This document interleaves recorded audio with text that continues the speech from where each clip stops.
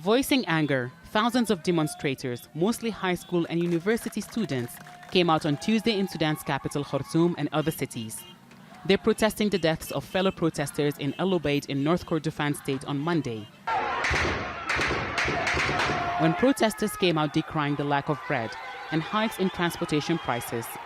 Security forces opened fire in response, killing several and injuring dozens others. Blood for blood. We will never accept anything but justice. Civilian. We salute everyone in El-Obeid city for standing for the sake of the nation. It is an epic moment in our country's history. Our message to the military council is, that's it. Time to end all negotiations, and they must stop killing our people, the students in the streets. This military council is nothing but remnants of the old regime, and they must step down. Tuesday's protesters were also met with tear gas and live ammunition, with doctors reporting several injuries as a result.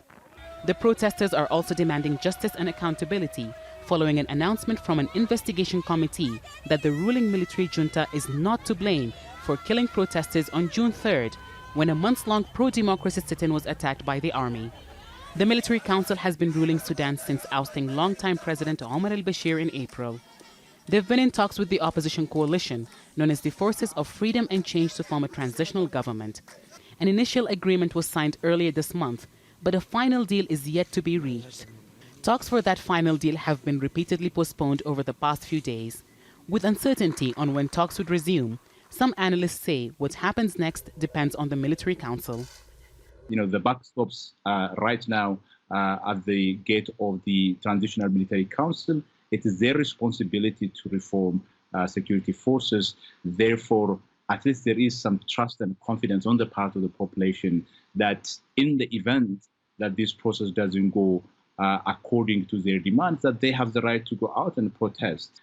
People do want some form of reckoning in terms of some of the abuses and violences that has been perpetrated by the former regime.